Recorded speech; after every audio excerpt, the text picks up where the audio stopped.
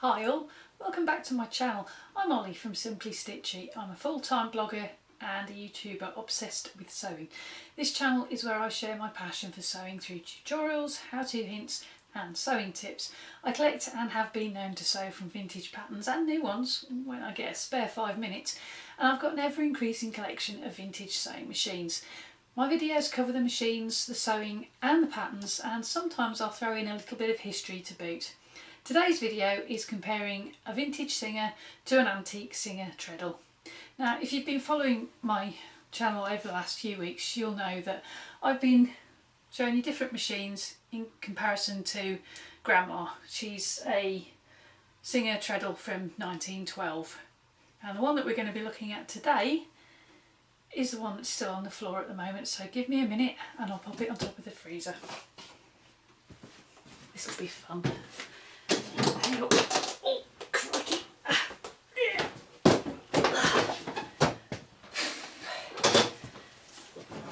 Oh, goodness me.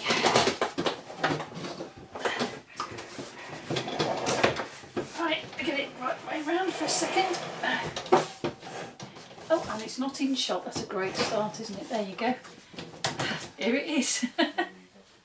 As you can see, it's in a suitcase style carry case, which I think would make it a little bit more portable. It doesn't, because it's still just as heavy as Grandma or the Singer 128 that's in the background here. The reason for that is that this machine is still made out of cast iron. Machines didn't really start to get as light as we're familiar with today until probably the late 80s and 90s, when quilting retreats and sewing classes became popular and people started taking their own machines. But more on that in a later video. Let's get back to this one, open the case and take a look at what's inside. The case on this one opens slightly different to the ones that we've looked at previously. It's got a couple of buckles on the top here, and it literally just comes down on the front, and then it should just kind of slide off. Ta-da! And there's the machine. Ooh, just pop that there for a second, and I'm just going to pull it out a little bit so I can get the case out of the way.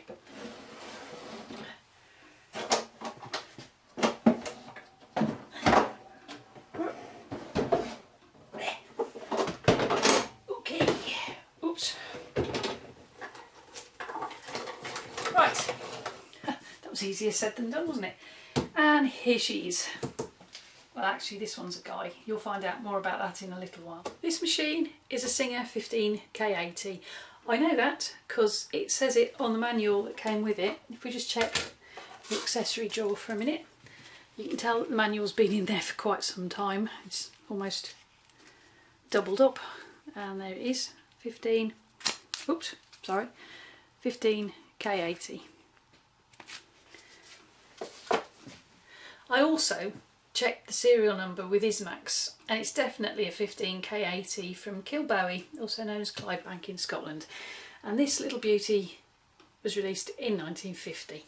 I've done a video on how to use the Ismax website to date or age your vintage sewing machine, and I'll put a link to that in the description box below. Now, this machine has got what's known as RAF decals. If you want to find out about the decals, watch the next video, which I'll pop a link in the description box for. I was going to cover them in this video, but it's going to be a little bit too long. There's a lot of info in this video, and I didn't really want to blind you with science. So this video's on the actual machine, and the following video will be on the decals. So you don't miss it, subscribe to my channel either down below or use the box in the corner of the screen, and click the little bell so that YouTube will send you a notification, not just for the video on the decals to follow this one, but for the videos in my other series. There's one on how to use an electric sewing machine and one on how to use sewing patterns. The video that this is a part of is actually covering the changes that have happened to sewing machines since Grandma was built in 1912. So let's get down to this one and start checking some of the features that make this machine different to Grandma or different to the Singer 128 I've got in the background here. As I mentioned earlier, this machine is a Singer 15. If you have a look at the throat space, there's a nice distance between the pillar and the needle. If you compare that with the 128 that's just behind it, you can see the pillar and the needle is a little bit, there's more space on this one than there is on that one. We've got a different kind of needle plate in that instead of going from front to back like it does on Grandma and this 128, it's actually going from here to the side. We've also got a different bobbin winder.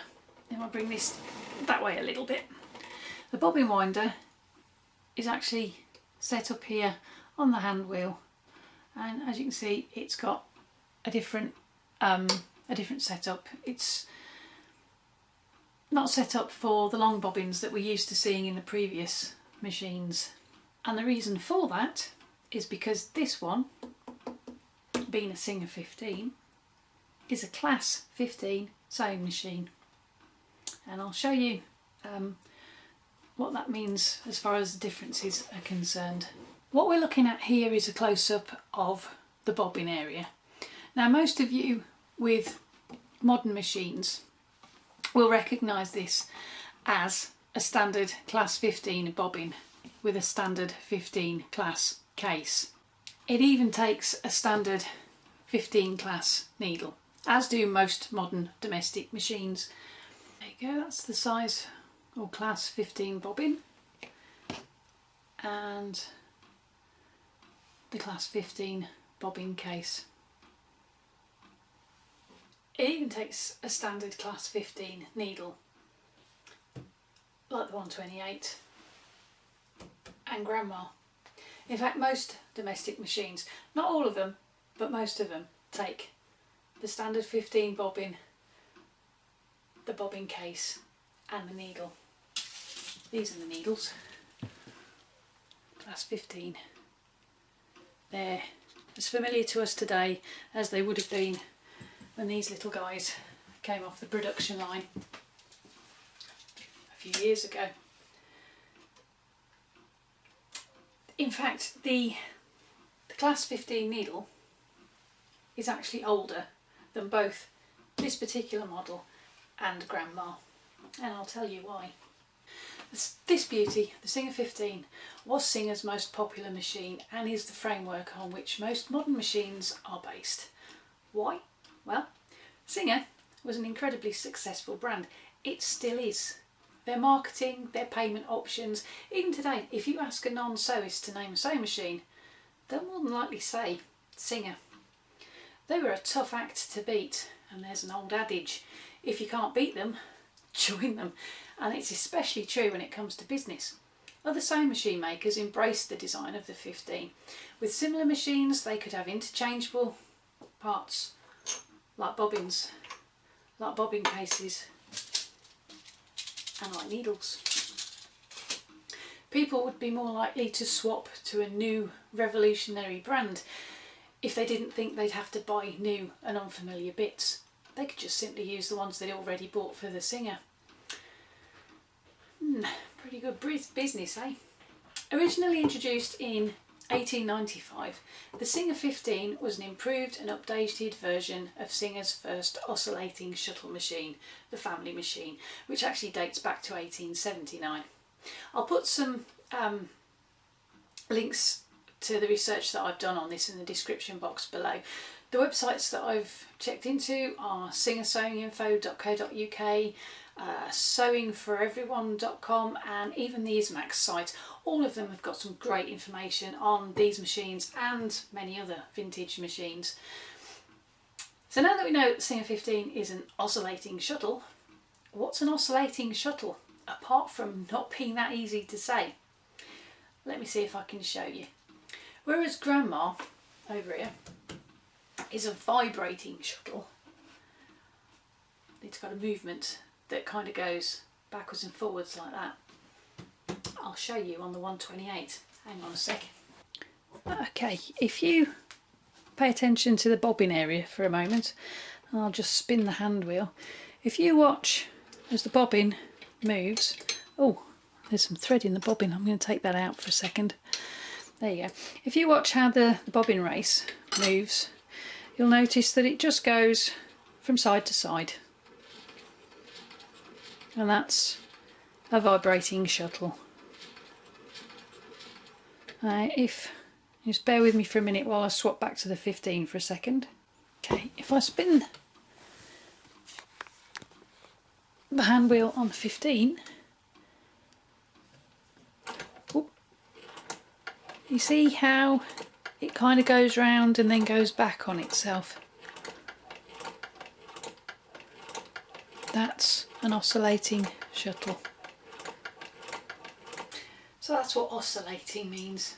It means it goes round and then goes back. It's a bit like a washing machine drum or an agitator in a washing machine. The agitator's the spindly, sticky up bit that does that kind of thing. Now, the plans for the Singer 15 were shared with Japan after World War II as part of the reparations to help rebuild the Japanese economy. The machines built in Japan are known as Singer 15 clones. They were sold in the US under the name of local stores and became known as badged machines, like this picture of a Singer 15 clone badged as Nolden's. Identical in all but name, the clones are every bit as hardworking as the Singer 15, as are the reproduction models that were made by Singer back in the 70s or 80s, using the Singer factories in Asia. You can tell if it's a reproduction 15 because right where I've got the bobbin case here, you'll see that there's a little knob made out of plastic. And also the thing to watch out for is the decals. They'll be a modern-ish take on an older style of decals, and they'll usually look pristine and immaculate, which can be a bit unusual for a machine that dates back to the 50s or even earlier. Now, I think reproductions and clones are lovely, and I also think that the reproductions in particular are a large part of Singer history. As a collector, I'm looking forward to getting my hands on a reproduction at some point to add to the collection, but there are some collectors out there who don't think that the reproductions are the real deal. They're not from, sorry, that was my light falling over in the background there. They're not from the golden age of Singer, so they don't count, which I think is a shame. I mean, they are singers, they're just not pre-60s singers. Anyway, getting back to this 1950s Singer, another feature of this machine and all 15s is the tension assembly and where it's located. If you, oops a daisy, have a look on the 128, the tension assembly is here on the front, as it is on Grandma. On the 15, it's here. I really need to get a lighter hobby. Eve. There we go. It's on the faceplate. And that is the classic identifier of a 15. Be it an original, like this one, a reproduction or a clone, they've all got the tension discs just to the side of the faceplate. Now this machine is a hand crank. Oops. There you go. Oh, you're not in shot, I'm so sorry. There, try that. Hand crank. But the thing that's unique about this particular model is it's also electric. If I turn it round so that you can see the back of it for a minute. If I can turn it round. Oh goodness. Ooh.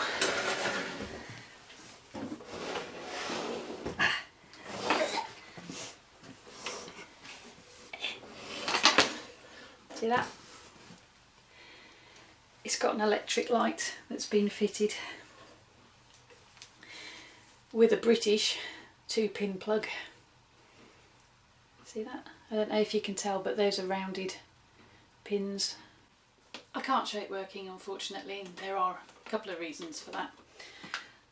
Number one, I'll bring it in closer, it's actually hanging off by a thread. So it's a little bit dodgy. The flex is actually in a bit of a sorry state of repair.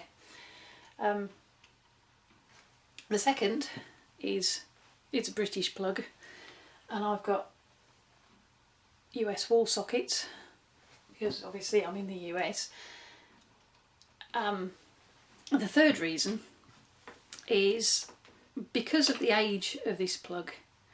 It's not a style of plug that's used in the UK anymore, so I can't even plug it into my UK step up step down converter because it's got the wrong style of connections. Now, a lot of people aren't aware of this, but